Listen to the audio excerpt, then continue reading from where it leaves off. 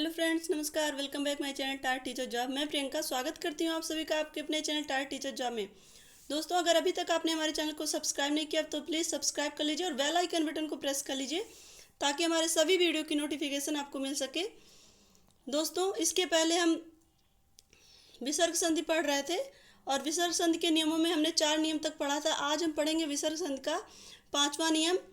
ये हिंदी व्याकरण का वीडियो नंबर 16 है। देखते हैं 5वां नियम क्या है। यदि विसर्ग के पहले आ हो और वर्गों के प्रथम तथा द्वितीय वर्ण को छोड़कर अन्य कोई वर्ण अथवा या रा ला व हा हो तो आ और विसर्ग का ओ हो जाता है। यदि विसर्ग के पहले आ हो और वर्गों के प्रथम तथा द्वितीय वर्ण को छोड़कर अन्य कोई वर्ण हो अथवा या रा ला वा हा हो तो आ और विसर्ग का ओ हो जाता है। अब ध्यान से देखिए आप इधर, विसर्ग के पहले आ हो और उसके बाद आपका पहला वर्ण और दूसरा वर्ण छोड़ के, हर वर्ग का पहला और दूसरा वर्ण छोड़ के, यानी कि क ख को छोड़ के ग घ अंगा, च छ को छोड़ के ज झ इया, ट ठ को छोड़ के ड ढ अड़ा, त थ को छोड़ के द ध न, प फ को छोड़ के ब भ म, और उसके बाद ही या रा ला वा हा हो या अन्य कोई वर्ण हो तो आ प्लस विसर्ग बराबर ओ हो जाता है। ध्यान से देखेंगे, अभी आप जब इसका उदाहरण देखेंगे तो आपको ज़्यादा क्लियर हो जाएगा।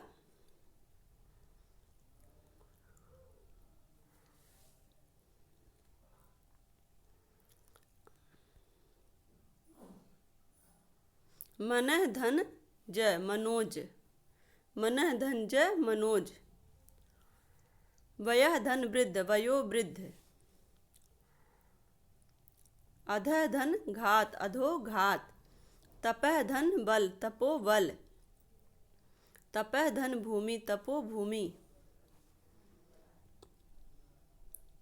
देख रहे हैं ना ध्यान से। तेज धन मय तेजो मय, पयः धन द पयोद, पुरः धन हित पुरोहित, यशः धन लाभ यशो लाभ, सरः धन वर सरोवर, यशः धन गान यशो गान, मनः धन बल मनोबल, मनः धन राज मनो राज राज्य।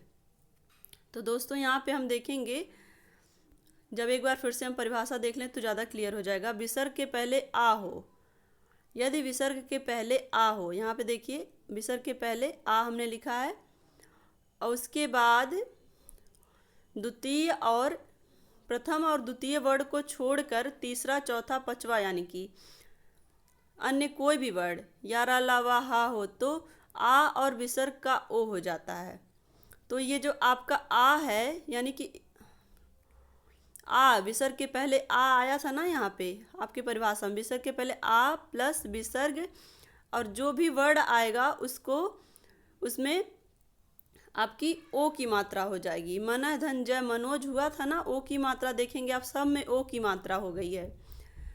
विसर्ग के पहले आ आएगा, यहाँ देखिए म न आया है, वा य आ रहा है, आध आ रहा, माँ इसमें सब में आ छिपा है ना। विसर्ग के पहले जा में भी आ छिपा है, पा में भी, ये पा या में भी आ छिपा है, सारे व्यंजन में आ छिपा हुआ है विसर्ग के पहले। यानी कि आ प्लस विसर्ग प्लस कोई भी वर्ण आए, केवल हर वर्ग का पहला और दूसरा वर्ण छोड़ के तीसरा चौथा पांचवा वर्ण आए या रा ला वा हा आए या अन्य कोई वर्ण आए तो वहाँ पे जो हो जाएगा, वहाँ पे आपका ओ की मात्रा हो जाएगी। देखिए आ धन विसर्ग है प्लस कोई भी वर्ण आएगा, उसके बाद ओ की मात्रा आपकी हो जाएगी, जैसे मनः धन ज मनोज। क्लियर है। अब हम लोग चलते हैं नियम नंबर 6 पे। यदि विसर्ग के पहले आ को छोड़कर अन्य कोई स्वर हो तो और बाद में वर्ग का तीसरा चौथा पांचवा वर्ण या रा ला वा हा हो या कोई स्वर हो तो विसर्ग के स्थान पर रा हो जाता है। विसर्ग, यदि विसर्ग के पहले आ को छोड़ के वहाँ हम आ को ले रहे थे, इसके पहले वाला जो नियम हम पढ़े हैं वहाँ पर हम पहले आ को ले रहे हैं, लेकिन यहाँ पे हम आ को छोड़ रहे हैं, यानी कि आ के अलावा दूसरा कोई स्वर हो और उसके बाद तीसरा चौथा पांचवा वर्ड, तीसरा चौथा पांचवा वही वर्ड जो इसके पहले वाले वर्ड थे, यानी कि ग घ अंगा ज झ इया, मतलब पहला और दूसरा वर्ड को छोड़ के तीसरा चौथा पांचवा वर्ड, और य र ल व हा या कोई स्वर भी हो तो विसर्ग के स्थान पर रा हो जाता है। यानी इसके अलावा अदर कोई स्वर भी आता है तो आपका रा हो जाता है विसर्ग के स्थान पर। देखिए निधन आशा निराशा, यहाँ पे आप जब उदाहरण देख रहे हैं ध्यान से देखिए तब आपको समझ में आएगा कि विसर्ग के स्थान पे निराशा हो गया है। निधन आशा निराशा, नि के स्थान पे रा आया। अब चूंकि आशा बाद में आशा एक स्वर है तो रा के आगे मात्रा लग गई, निराशा हो गया। निधन दय, यहाँ पे निधन दय में निर्दय हो गया, रा जो है दा के ऊपर लग गई। निधन झर निर्झर, निधन जर निर्जर, निधन गुड़ निर्गुड़। आप सब में देखेंगे रा आपके हाफ रा के रूप में ही आएगा, क्योंकि अब पहला वाला जो वर्ड था निधन आशा, यहाँ पे आ था तो इसलिए इसने रा को पूरा कर दिया। लेकिन इसके बाद आप देखेंगे सब में रा आधा ही आया है, चूँकि इसमें आप पहले ही पढ़ चुके हैं कि विसर्ग के स्थान पर रा हो जाता है, तो रा के नीचे आप हलंत देख रहे हैं ना, तो इसलिए यहाँ पे सब में आपका आधा रा ही आएगा। अब चूंकि पहला वाला वर्ड आ था तो इसलिए आ स्वर को पूरा कर रहा था, स्वर था तो वो पूरा कर रहा था व्यंजन को, इसलिए वहाँ पे पूरा रा आया है निराशा में। बाकी सब में आपका हाफ रा ही आया है। निधन गुड़ निर्गुड़, निधन भय निर्भय, दुधन उपयोग दुरुपयोग। यहाँ पे भी देखिए दुरुपयोग में दुधन उपयोग है ना, तो ऊ जो है एक स्वर है तो इसीलिए यहाँ पे रा पूरा आया है और उसमें ऊ की मात्रा भी लगी हुई है, छोटे ऊ की, दुरुपयोग। दुधन दशा दुर्दशा, दुधन गुड़ दुर्गुड़, दुधन जन दुर्जन, दुधन भाग्य दुर्भाग्य, दुधन आशा दुराशा। क्लियर हो रहा है ना? जहाँ पे वो स्वर से मिलेगा वो रा को पूरा करेगा, लेकिन जहाँ पे वो स्वर से नहीं मिलेगा वो अपने व्यंजन रूप में हाफ वर्ड में ही आएगा। क्लियर है? आगे देखते हैं, अभी और थोड़े से उदाहरण बचे हैं। निधन अर्थक निरर्थक, निधन लेप निर्लेप, निधन निधन यात निर्यात, दुधन नाम दुर्नाम, दुधन बल दुर्बल, दुधन वचन दुर्वचन, दुधन यश दुर्यश, दुधन गंध दुर्गंध।